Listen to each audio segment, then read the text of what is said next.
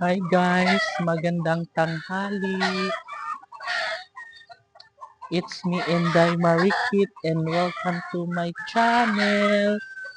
Dali, Baki, samahan mo ako dito, Baki. Yes, Pauline. Come over, Pauline. Pauline, nga na, tasakuan, makupa. Ganto ta? Tara, dali. Guys, kasama ko si Pauline ngayong tanghali. And sobrang tahimik ng kalsada ngayon. O, diba? Kabila, check. Tahimik din. So, punta kami dito guys ni Pauline. Hi, Baki. Hi, Pugi. Ay, galing. Dito, una ka doon, tayo.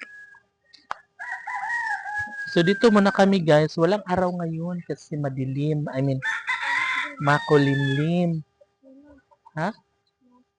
Una nga to. Yari, agi sa dan. Yari ba? Oh. Hala, ang daming bayabas, day. Nga, day. Kaso lang, maliliit lang siya, day. No? Maliliit na bayabas. Kita, ang daming manok dito, guys. Yan, mga manok. Nga to, doon tayo. Pag may Q-horse, din si Q-horse. Diba? Super.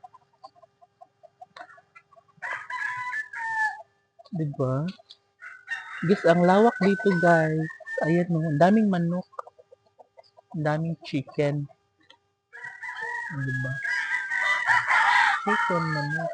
Diba? Ang daming tumutok tuga up, guys, no? Diba? Ngari ka, day. Day. Pauline, diba? So, dati, guys, nung bago lang kami dito, maano to dito, masukal, yung makapal ang mga damo. I mean, maraming puno. Tapos, basta maraming mga damo-damo dito, matataas na mga kahoy. Tapos ngayon, nilinisan na ito ng mga may-ari. Ayun yung ay, kubo ng may-ari. Pero wala sila ngayon. Dati, nung mga bago pa lang dito, siguro mga unang taon, yes, ano to dito, sobrang malinis to dito. Tapos maraming palaging may tao dyan sa bahay, sa kubo nila. Pero ngayon, wala na kasi parang nag-abroad na yata yung mga may-ari dito. Parang umalis na at nag-abroad. Asa bang kapaw? Wag mo kayo dito. And, ayun, ngayon, parang tumataas na naman yung mga, ano, mga dahon-dahon. And before guys, wala pa tong bayabas din kayo. Nandyan na. Malaki na siya. And ito guys, yung makopa. Puno na makopa.